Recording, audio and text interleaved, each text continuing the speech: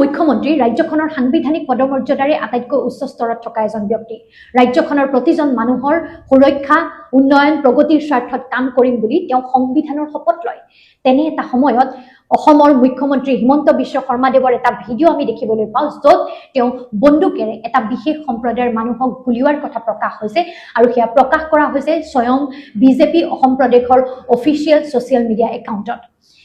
এনে এটা ভিডিঅ'ই বহু প্ৰশ্ন আমাৰ মনলৈ আনিছে।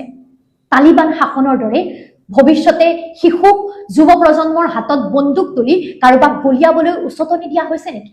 আপোনালোকে অসমৰ ভৱিষ্যত এনে কৰিব বিচাৰিছে নেকি, য'ত হাতে হাতে বন্দুক তুলি লোৱা হয়?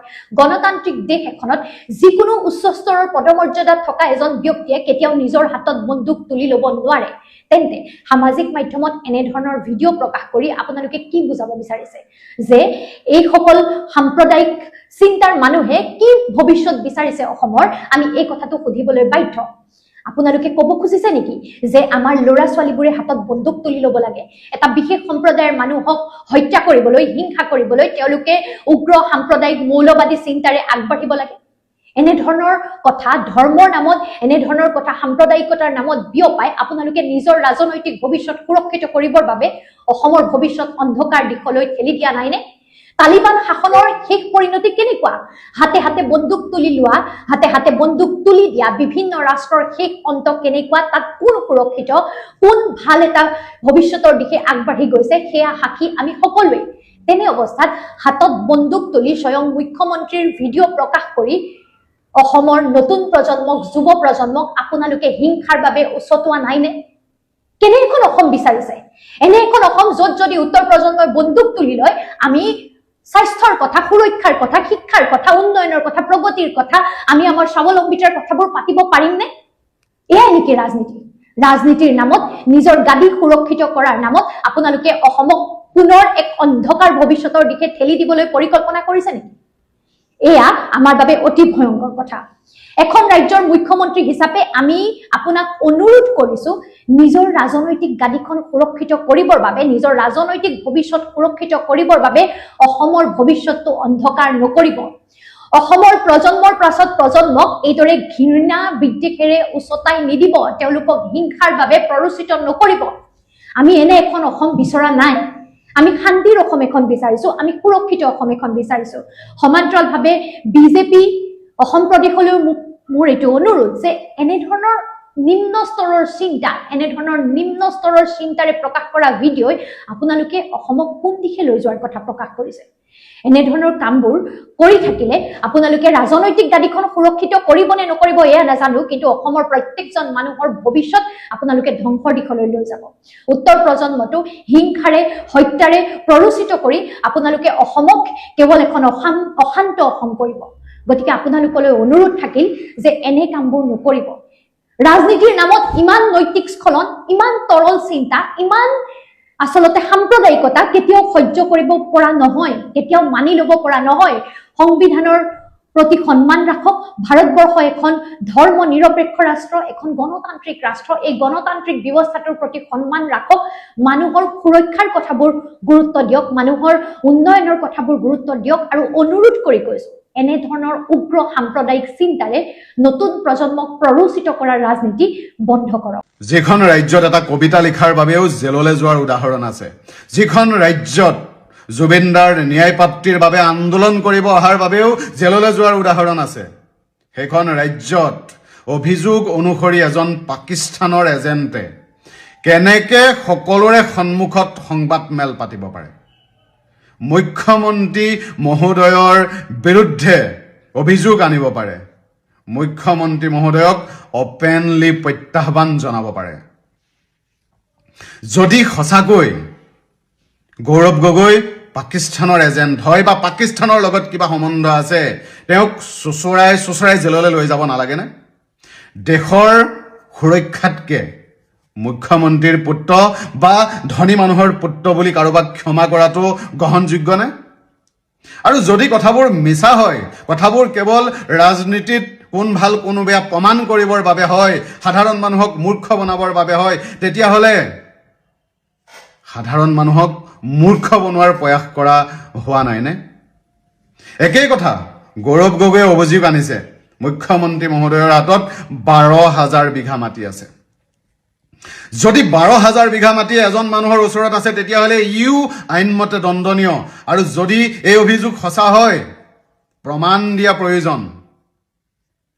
সংবাদ মেলত আহি ইজনে সিজনক বোকা ছটিয়াই মানুহক মূৰ্খ বনোৱাৰ কিবা প্ৰয়োজনীয়তা আছেনে?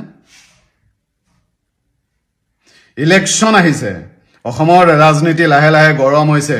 কোন মহান আৰু কোন সকলোতকৈ বেয়া ইয়াক প্ৰমাণ কৰাৰো প্ৰতিযোগিতা চলিছে। কিন্তু ইয়াৰ পৰা সাধাৰণ মানুহৰ কিবা লাভ হ'বনে? গৌৰৱ গগৈক পাকিস্তানী এজেণ্ট বনাবৰ বাবে যি প্ৰয়াস কৰা হৈছে, যদি তেওঁ সঁচাকৈ পাকিস্তানৰ এজেণ্ট হয়, মই বিচাৰোঁ অসমৰ প্ৰত্যেকজন মানুহে বিচাৰে তেওঁক চোঁচৰাই জেললৈ লৈ যোৱা। আৰু যদি কথাবোৰৰ কোনো যুক্তি নাই, কথাবোৰৰ কোনো প্ৰমাণ নাই, তেতিয়াহ'লে ইলেকশ্যনৰ আগে আগে এই কথাবোৰ কৈ সাধাৰণ মানুহক মূৰ্খ সজোৱাৰ কিবা প্ৰয়োজনীয়তা আছেনে? একেই কথা বিৰোধী দলটো একেই কৰি আছে। মুখ্যমন্ত্ৰী মহোদয়ৰ বিৰুদ্ধে ভয়ংকৰ অভিযোগ আনিছে।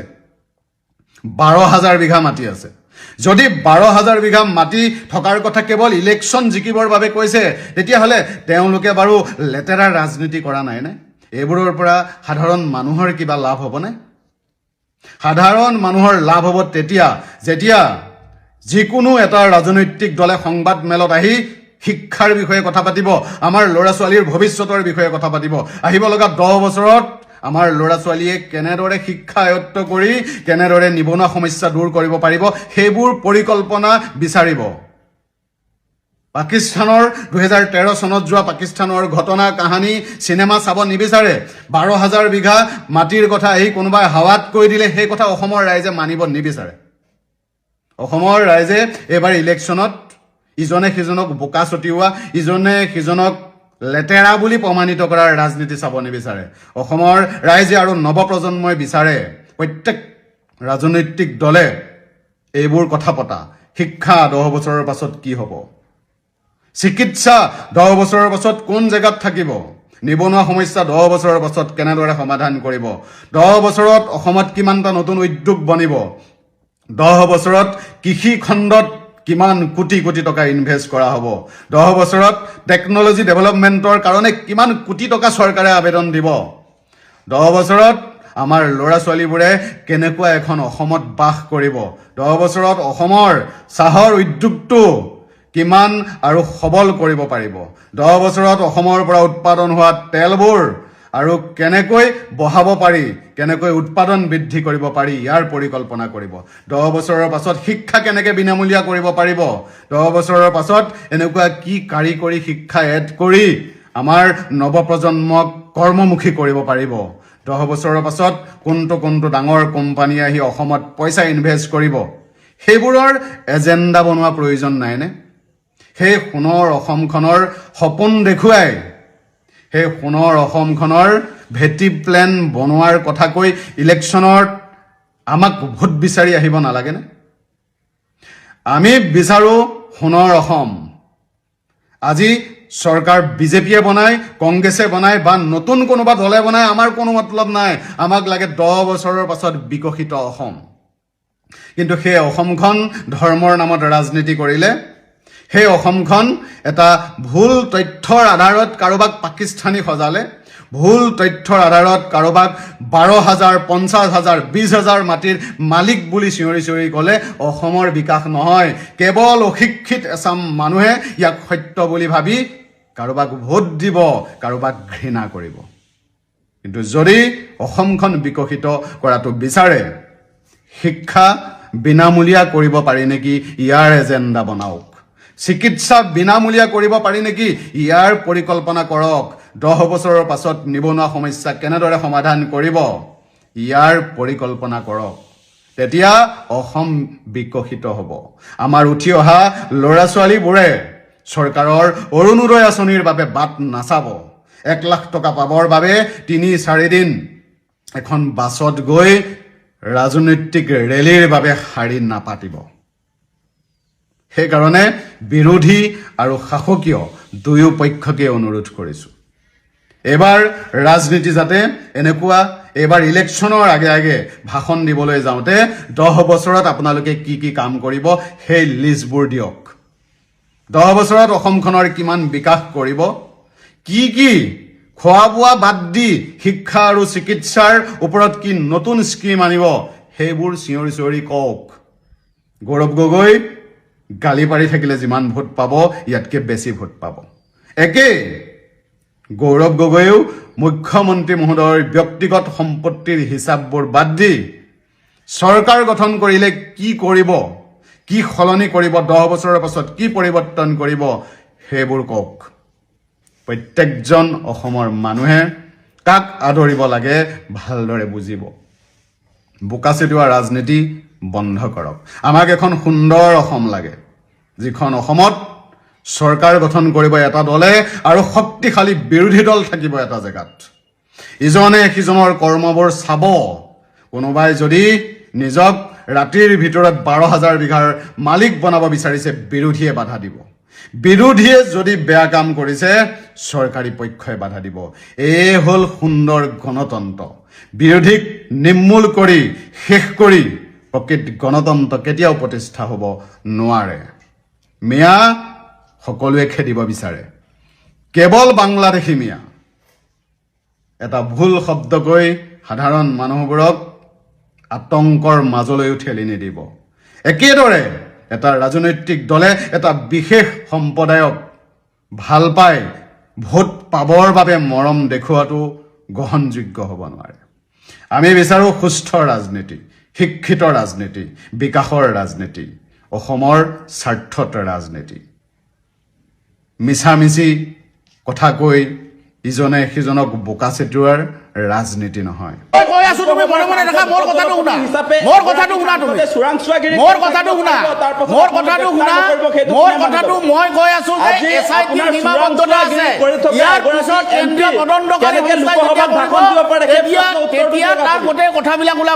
আজি দুদিনৰ আগত মুখ্যমন্ত্ৰীৰ 12,000 বিঘাৰ মাটিৰ বাতৰিটো যেতিয়া সংবাদ মাধ্যমত সৰ্বত্ৰ চৰ্চা হ'ল, আপোনালোকে নিশ্চয় দেখিছে যে বাতৰি কাকতবিলাকত প্ৰথম পৃষ্ঠাত যেতিয়া আহিলে, তাৰ এদিনৰ পাছত মুখ্যমন্ত্ৰী ডাঙৰীয়াই গৌৰৱ গগৈৰ পাকিস্তান লিংক সন্দৰ্ভত কালিৰ যিটো প্ৰেছ কনফাৰেন্স সেইটো দিলে।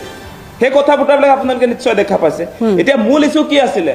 যে 6 জনগোষ্ঠীৰ জনজাতিকৰণৰ বিষয় আছিলে, এক্সিষ্টিং ট্ৰাইবেলৰ 6 শিডিউলৰ ব্যৱস্থাপনাৰ কথা আছিলে, বিদেশী সমস্যাৰ সমাধানৰ কথা বতৰাবিলাক আছিলে, আজি আপোনাৰ মূল্যবৃদ্ধিৰ কথা আছে, আজি আপোনাৰ এফালৰ পৰা যে টোল গেটবিলাক বহুৱাই আছে গোটেই অসমত, সেই কথা বতৰাবিলাক যাতে ৰাইজৰ সন্মুখলৈ নাহে। মানে আপোনালোকে সকলোৱে নিশ্চয় মনত ৰাখিছে যে মুখ্যমন্ত্ৰী ডাঙৰীয়াই আজি এবছৰ ধৰি সংবাদ মাধ্যমৰ সন্মুখত গৌৰৱ গগৈ ডাঙৰীয়াৰ পাকিস্তান লিংক সন্দৰ্ভত গুজৰি গুমৰি আছিলে। আৰু তেওঁ আপোনালোকৰ সন্মুখত সদায় কৈ থকা আমি শুনিছিলোঁ যে যিদিনে আচলতে গৌৰৱ গগৈৰ পাকিস্তানৰ লগত যিটো সংযোগ, যিটো লিংক আছে, সেই সম্পৰ্কত যিদিনে আচলতে মুখ্যমন্ত্ৰী ডাঙৰীয়াই আচলতে সংবাদমেল সম্বোধন কৰিব, সেইদিনাই সমগ্ৰ দেশত আচলতে ভূমিকম্প হ'ব বুলি কৈছিলে, যে অসমৰ ৰাজনীতি তুলপাৰ লাগি যাব বুলি কৈছিলে। তাৰপাছত যোৱাকালি আমি সকলোৱে মুখ্যমন্ত্ৰীৰ 2.5 ঘণ্টা জোৰা সংবাদমেল আমি চালোঁ। আৰু সেই দীঘলীয়া সংবাদমেল প্ৰথমবাৰৰ কাৰণে মুখ্যমন্ত্ৰীয়ে চাগে তেওঁৰ জীৱন্ত কালত দিছে। আৰু সেই সংবাদমেলখন আমি শুনি দেখিলোঁ সঁচা সঁচিকৈ তেওঁ দীঘলীয়া কৰিছে যদিও তাত একো মাল নাই। মুখ্যমন্ত্ৰী ডাঙৰীয়াই গৌৰৱ গগৈৰ বিৰুদ্ধে যিবিলাক এলিগেশ্যন আনিছে, সেই এলিগেশ্যনবিলাক আমি চাইছোঁ কেৱল তেওঁ মনে সজা কিছুমান কথা বতৰা কৈছে। আৰু গৌৰৱ গগৈ আজি তাৰ কাউণ্টাৰ এটেকটো যিটো দিলে, সেইটো আমি ভালকৈ চালোঁ। তেতিয়া দেখিছোঁ যে বিধিগতভাৱে গৌৰৱ গগৈ পাকিস্তান গৈছে, সেইটো ভিছা লৈ গৈছে।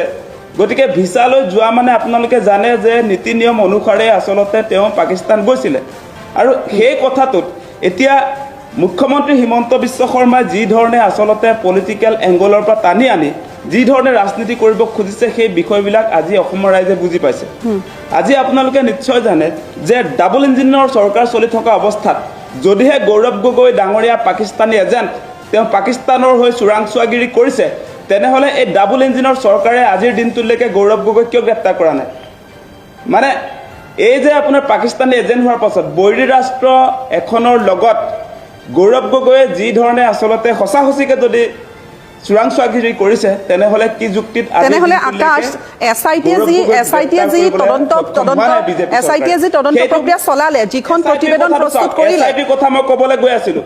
মুখ্যমন্ত্ৰীয়ে এছআইটি যি গঠন কৰিলে, বাইদেউ শুনক কথাটো, মুখ্যমন্ত্ৰীয়ে যি এছআইটি গঠন কৰিলে, সেই SITয়ে এই দীঘলীয়া পৰিক্ৰমাটোত তেওঁলোকৰ তদন্ত যে চলিলে সেই তদন্তৰ এই গোটেই পেৰিয়ডটোত এদিনৰ কাৰণেও মূল অভিযুক্ত গৌৰৱ গগৈক সোধপোছ কৰা আমি নেদেখিলোঁ গতিকে মূল অভিযুক্তক যেতিয়া আপোনাৰ SITয়ে কোনো ধৰণৰ সোধপোছ নকৰে তেনেহ'লে ডেফিনেটলি সেইটো কাল্পনিকে হ'ব লাগিব কাৰণ গৌৰৱ গগৈ ক'ত ক'ত গৈছিলে তেওঁলোকে কল্পনাৰ ভিত্তিতে সেই তদন্তটো তাৰ আচলতে প্ৰতিবেদন প্ৰকাশ কৰিব লাগিব কাৰণ মূল অভিযুক্তক আজিৰ দিনটোলৈকে আপোনাৰ কোনো ধৰণৰ সোধপোছ নকৰিলে গতিকে এই গোটেই বিষয়টো আপোনাৰ আমি দেখিছোঁ যে ইয়াত আচলতে বৰ্তমান সময়ত বিজেপি চৰকাৰে মুখ্যমন্ত্ৰী হিমন্ত বিশ্ব শৰ্মাই অসমৰ মানুহৰ মূল ইছ্যুবিলাক ডাইভাৰ্ট কৰিবৰ কাৰণে এই সময়ছোৱাত আচলতে গৌৰৱ গগৈ পাকিস্তান লিংক সেই বস্তুটো সন্মুখলৈ আনিছে আজি দুদিনৰ আগত মুখ্যমন্ত্ৰীৰ 12,000 বিঘাৰ মাটিৰ বাতৰিটো যেতিয়া সংবাদ মাধ্যমত সৰ্বত্ৰে চৰ্চা হ'ল আপোনালোকে নিশ্চয় দেখিছে যে বাতৰি কাকতবিলাকত প্ৰথম পৃষ্ঠাত যেতিয়া আহিলে তাৰ এদিনৰ পাছত মুখ্যমন্ত্ৰী ডাঙৰীয়াই গৌৰৱ গগৈৰ পাকিস্তান লিংক সন্দৰ্ভত কালিৰ যিটো প্ৰেছ কনফাৰেন্স সেইটো দিলে সেই কথা বতৰাবিলাক আপোনালোকে নিশ্চয় দেখা পাইছে এতিয়া মূল ইছ্যু কি আছিলে যে 6 জনগোষ্ঠীৰ জনজাতিকৰণৰ বিষয় আছিলে এক্সিষ্টিং ট্ৰাইবেলৰ 6 শিডিউলৰ ব্যৱস্থাপনাৰ কথা আছিলে বিদেশী সমস্যাৰ সমাধানৰ কথা বতৰাবিলাক আছিলে আজি আপোনাৰ মূল্য বৃদ্ধিৰ কথা আছে আজি আপোনাৰ এফালৰ পৰা যে টোল গেটবিলাক বহুৱাই আছে গোটেই অসমত সেই কথা বতৰাবিলাক যাতে ৰাইজৰ সন্মুখলৈ নাহে সেইকাৰণে পাকিস্তান লিংক যি বিষয়টোৰ কোনো ধৰণৰ আচলতে গুৰুত্ব নাই গতিকে এই মুহূৰ্তত সঁচা সঁচিকে মুখ্যমন্ত্ৰীৰ যিটো আচলতে গৌৰৱ গগৈৰ সন্দৰ্ভত পাকিস্তান সংযোগ যি ধৰণে তেওঁ আচলতে যোৱাকালি যি ধৰণে উপস্থাপন কৰিলে সেইটো ভেলকিবাজিৰ বাদে একোৱেই নহয় তেওঁ মুঠতে মনে সজা কেতবোৰ কথা কৈ অসমৰ ৰাজনীতিত তুলপাৰ লগাই আছে বেলেগ মানুহৰ সমস্যাবিলাক যাতে তল পৰি যায় সেইকাৰণে সেই ব্যৱস্থাপনা গতিকে হ'ব আকাশ মই আকৌ আহিম আপোনাৰ ওচৰলৈ মই আকৌ আহিম বিজেপিৰ প্ৰতিনিধিগৰাকীয়ে যিবিলাক কথা উত্থাপন কৰিছে বিজেপিৰ প্ৰতিনিধিগৰাকীয়ে যিবিলাক কথা উত্থাপন কৰিছে কমল কুমাৰ মেধিৰ আমি বক্তব্য শুনিছোঁ তেওঁ যিবিলাক কথা বতৰা তাত উত্থাপন কৰিছে সেইবিলাকত কি আছে বেছলেছ কথা কিছুমান তেওঁ উত্থাপন কৰি আছে মানে তেওঁ নিজে চৰকাৰ তেওঁৰ দল আজি চৰকাৰত আছে মুখ্যমন্ত্ৰী হিমন্ত বিশ্ব শৰ্মাৰ নিজে মুখ্যমন্ত্ৰী তেওঁ এগৰাকী শক্তিশালী মুখ্যমন্ত্ৰী তাৰ পাছতে কিয় গৌৰৱ গগৈক গ্ৰেপ্তাৰ কৰিবলৈ ভয় হৈছে আজিৰ দিনটোত আজি আপোনাৰ কেন্দ্ৰত বিজেপি চৰকাৰ অসমত বিজেপি চৰকাৰ তাৰ পাছত ৰাষ্ট্ৰীয় নিৰাপত্তাৰ এটা বিষয় যেহেতু গৌৰৱ গগৈ চোৰাংচোৱাগিৰি কৰিছে বুলি কৈছে পাকিস্তানৰ হৈ তেওঁ এজেণ্ট হৈ কাম কৰিছে বুলি কৈছে গুৰুতৰ অভিযোগ যেহেতু চৰকাৰে উত্থাপন কৰা হৈছে এই মুহূৰ্তত কি যুক্তিত তেনেহ'লে গৌৰৱ গগৈক আচলতে গ্ৰেপ্তাৰ কৰিব নাযায় আকাশ আকৌ আহিম আমি আকৌ আহিম মই প্ৰত্যুত্তৰটো একেলগে অকণমান চমুকৈ কমলদাৰ পৰা লৈ ল'ম কমলদা কিয় গ্ৰেপ্তাৰ কৰা হোৱা নাই বিৰোধীয়ে বাৰে বাৰে যে কৈ আছে কিয় গ্ৰেপ্তাৰ কৰা হোৱা নাই চবে সেইটো কথাই কালিৰ পৰা কৈ আছে বিৰোধীৰ বেলেগ প্ৰশ্ন নাই কিয় গ্ৰেপ্তাৰ হ'ব আপোনালোকে ধৈৰ্য ধৰক গ্ৰেপ্তাৰ হ'ব যেতিয়া এতিয়া SITয়ে গ্ৰেপ্তাৰ কৰিব নোৱাৰে SITৰ এটা সীমাবদ্ধতা আছে ইয়াৰ পিছত কেন্দ্ৰীয় তদন্ত মোৰ কথাটো শুনিলা তুমি কৈ থাকোঁতে মই মনে মনে আছো শুনি থাকা তুমি কৈ থাকোঁতে শুনি আছো মনে থাকা আজি 2026 চনলৈকে এইবিলাক চিয়ৰ নহয় মই তোমাৰ কাৰবাৰবিলাক বুজি পাওঁ তুমি এনে চিয়ৰ বাখৰ কৰি অলপ পিছত ফেচবুকত দি দিবা যে বিজেপিৰ মুখপাত্ৰই মনে থাকিলে তোমাৰ এই কাৰবাৰ এই প্ৰপাগাণ্ডা মই জানো মনে থাকা তুমি মই কৈ আছো তুমি মনে থাকা মোৰ কথাটো শুনা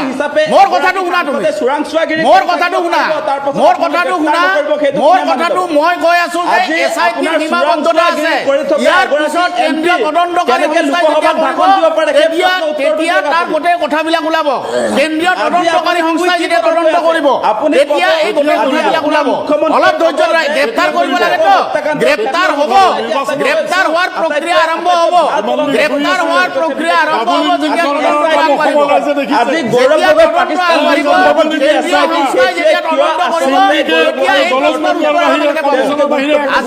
আজি প্ৰাথমিক পৰ্যায়ত আছে দুই ধৰণৰ আজি প্ৰাথমিক পৰ্যায়ত আছে আজি তদন্ত আজি আপুনি কৈছে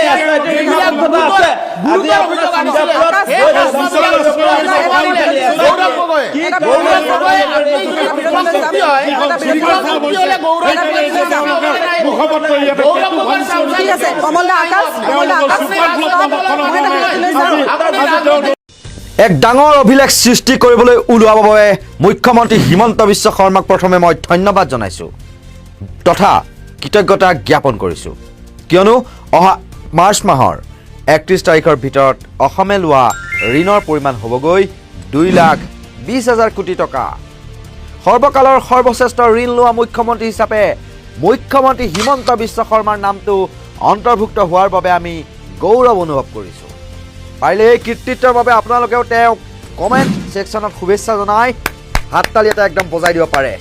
চাব্বাছ। অসমৰ প্ৰথমগৰাকী মুখ্যমন্ত্ৰী গোপীনাথ বৰদলৈয়েও ঋণ লৈছিল আৰু সেই ঋণৰ পৰিমাণ আছিল 59,000 টকা। 2001-2 চনত সেই ঋণৰ পৰিমাণ হৈছিলগৈ 8,847 কোটি টকা। 2016 চনত কংগ্ৰেছ চৰকাৰৰ পতন ঘটাৰ সময়ত ঋণ আছিল 41,964 কোটি টকা।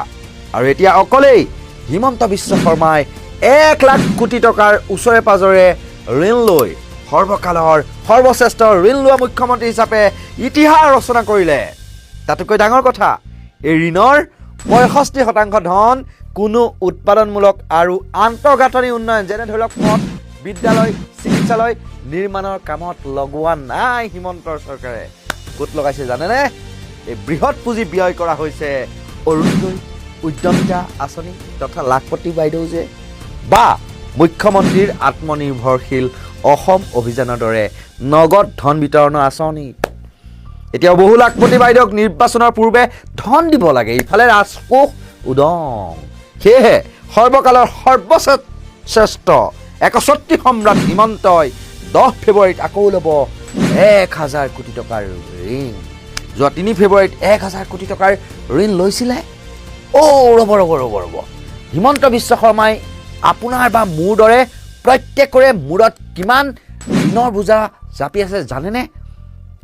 এজনৰ জনমূৰিত ধাৰৰ পৰিমাণ 43,000 টকালৈ বৃদ্ধি পাইছে।